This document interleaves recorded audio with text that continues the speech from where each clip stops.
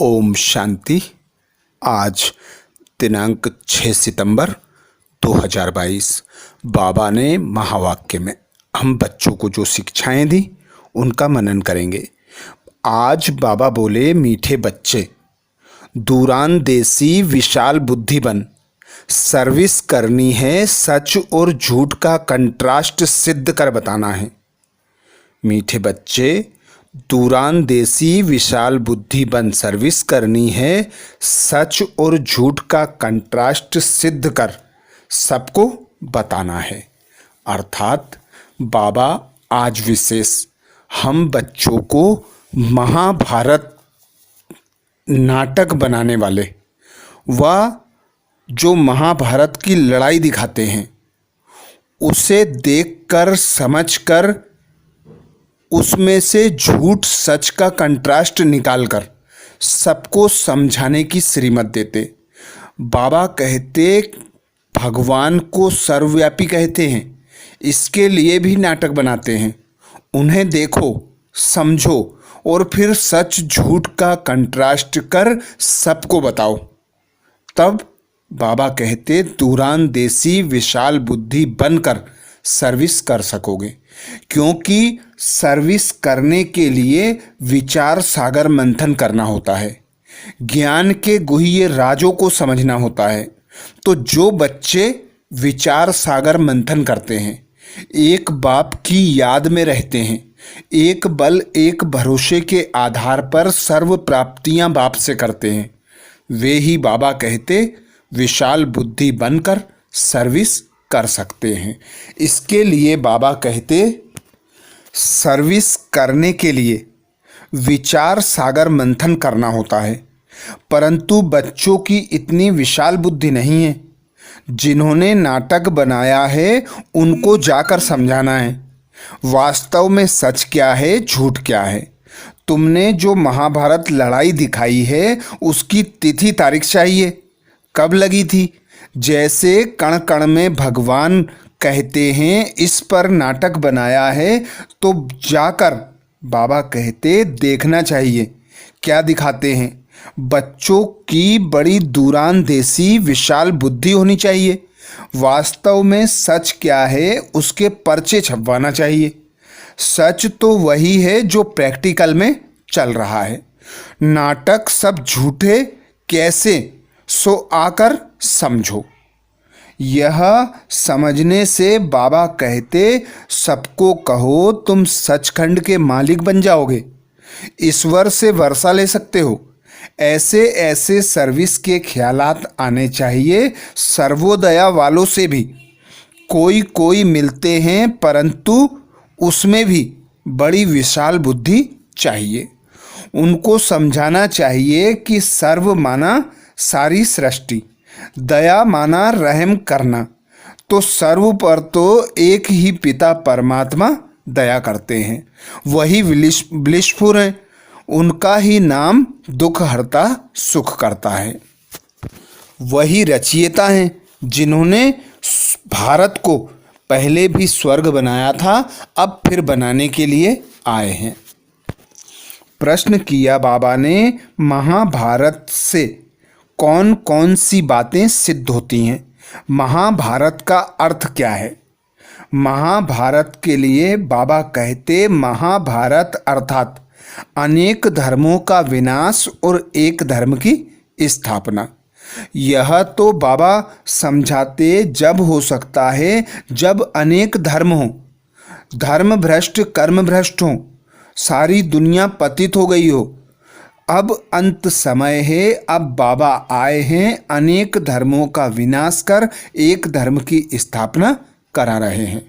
वह जो लड़ाई दिखाते हैं, श्री कृष्ण को दिखाते हैं, वह यहाँ की ही बातें हैं जो ऐसी बना दी हैं।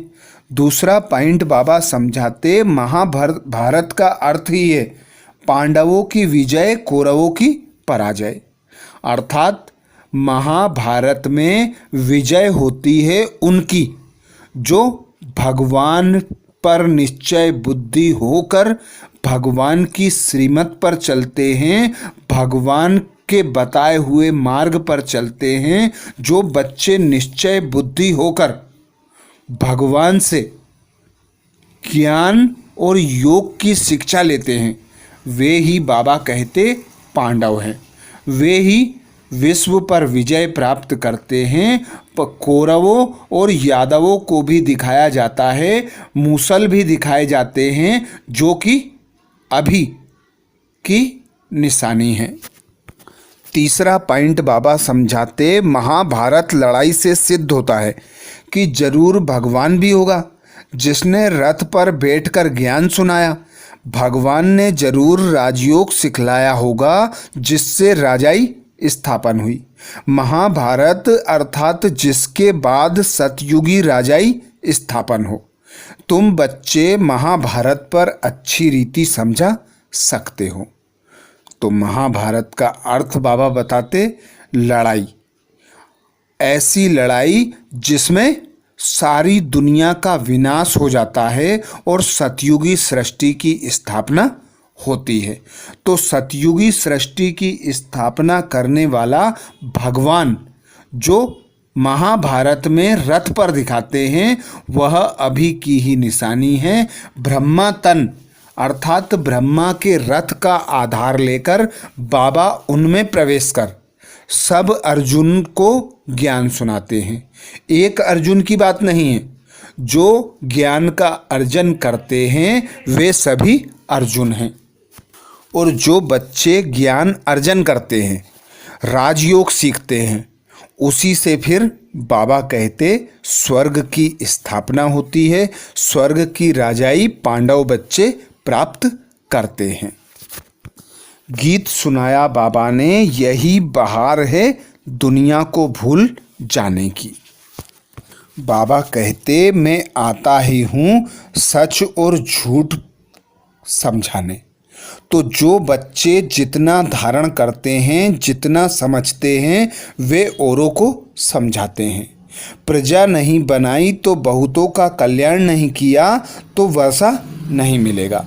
बाबा कहते, कोई की शक्ल से ही पता पड़ जाता है कि इनको ज्ञान समझ आ रहा है या नहीं। कांध हिलें तो समझो समझ आ रहा है, और इधर उधर देखें तो समझो इसके कुछ समझ नहीं आ रहा। बाबा कहते, बात दिल में लगेगी तो कांध ऐसे हिलते रहेंगे। बाबा जांच करते रहते हैं कि यह नालायक है या लायक है। यह तो बेहद का बाप है ना। यह दादा भी समझाते रहते हैं, पर बाबा कई बार कहते हैं यह तो बुद्धू है। वो बात बाबा इसलिए कहते कि कोई ब्रह्मा को याद ना करे, याद एक शिव बाबा को करे। जबकि बाबा जो ज्ञान सुनाते हैं वह पहले ब्रह्मा बाबा सुनते हैं, उसे धारण कर फिर उसका स्वरूप बनकर हम बच्चों को बताते हैं। बाबा कहते, कई बच्चे तो ब्रह्मा बाबा को बुद्धू समझने लगते हैं, देह अहंकार में आ जाते हैं, समझते हैं हम तो इनसे ज़्यादा सर्विस करते हैं, हम उच्च पद पाएंगे, हम तीखे जाएंगे, ऐसे कहते हैं। दूरांदेशी नहीं है। बाबा की तो युक्ति है कि एक बाप को याद करो, एक बाप के सिवा ब्रह्मा को भी याद नहीं करो, क्योंकि याद से ही विकर्म विनाश होंगे और तुम माया रूपी रावण पर विजय प्राप्त कर जगत जीत बन सकेंगे। बाबा कहते, मंजिल बहुत बड़ी है। तुमको गृहस्थ व्यवहार में रहते बाप से योग लगाकर पूरा वर्षा लेना है। बहुत मेहनत करनी पड़े, प्राप्ति भी बहुत है। सन्यासी पवित्र बनते हैं तो देखो बड़े बड़े प्रेसिडेंट प्राइम मिनिस्टर जाकर शीश नवाते हैं। फर्क देखो पतित और पावन का। मेहनत से मनुष्य एमपी आदि बनते हैं, है सारा मदार पुरुषार्थ पर कुछ कहते हैं कि पुरुषार्थ बड़ा या प्रारब्ध बड़ी। तो बाबा समझाते प्रारब्ध से बड़ा पुरुषार्थ है, क्योंकि पुरुषार्थ से ही प्रारब्ध मिलती है। पुरुषार्थ ना करें तो प्रारब्ध ना मिले। कई बच्चे तो सोचते हैं कि तकदीर में होगा तो पुरुषार्थ भी होगा और प्रारब्ध भी मिलेगी। ऐसे सोचकर थकना नहीं है। बच्चों को पुरुषार्थ करना है, एक बाप की श्रीमत पर चलना है। रोज बाबा ज्ञान की गुह्य बातें बताते, उन्हें समझकर औरों को समझाना है। वरदान दिया बाबा ने। वरदान में बाबा बोले, एक बल एक भरोसा रख, हलचल की परिस्थिति में एक रस रहने वाले सर्वशक्ति संपन्न भाव। एक बल एक भरोसा रख, हलचल की परिस्थिति में एक रस रहने वाले सर्वशक्ति संपन्न भाव। बाबा आज हम बच्चों को सर्वशक्ति संपन्न भाव का वरदान दे रहे हैं। सर्वशक्ति संपन्न बनने की युक्ति बता रहे हैं कि जो बच्चे एक बल एक भरोसे के आधार पर सर्व संबंध एक बाप से अनुभव करते हैं, एक बाप से सर्व प्राप्तियां करते हैं, एक शब्द में जो बच्चे टिकते हैं अर्थात एक व्रता, एकाग्रता, एक मत, एक बल एक भरोसा, तो इस एक शब्द में ही बाबा कहते संपूर्णता समाई है। तुम बच्चों को एक व्रता बनकर, एक मति होकर, एक की श्रीमत पर चलना पड़े, एक बाप को याद करना पड़े, एक बाप से सर्व संबंध सर्व प्राप्तियों की अनुभूति करना पड़े, तो बाबा साथी सहयोगी बनकर तुम बच्चों को सर्व प्राप्तियों से संपन्न बना देते हैं। जिसके लिए बाबा कहते, एक बल एक भरोसे में रहने वाली आत्मा सदा एक रस स्थिति में स्थित होगी। एक रस स्थिति अर्थात सदा अचल हलचल नहीं। एक बाप द्वारा सर्व प्राप्तियां प्राप्त कर सर्व शक्ति संपन्न रहने वाली आत्मा कैसी भी परिस्थिति में, हलचल की परिस्थिति में अचल रह सकती हैं। एक रस स्थिति का अर्थ ही है एक द्वारा सर्व संबंध सर्व प्राप्तियों के रस का अनुभव करना। उसे और कोई भी संबंध अपनी ओर आकर्षित नहीं कर सकता। स्लोगन में बाबा कहते, बेहद सेवा की श्रेष्ठ वृत्ति रखना ही विश्व कल्याणकारी बनना है। बेहद सेवा की वृत्ति रखना ही विश्व कल्याणकारी बनना है।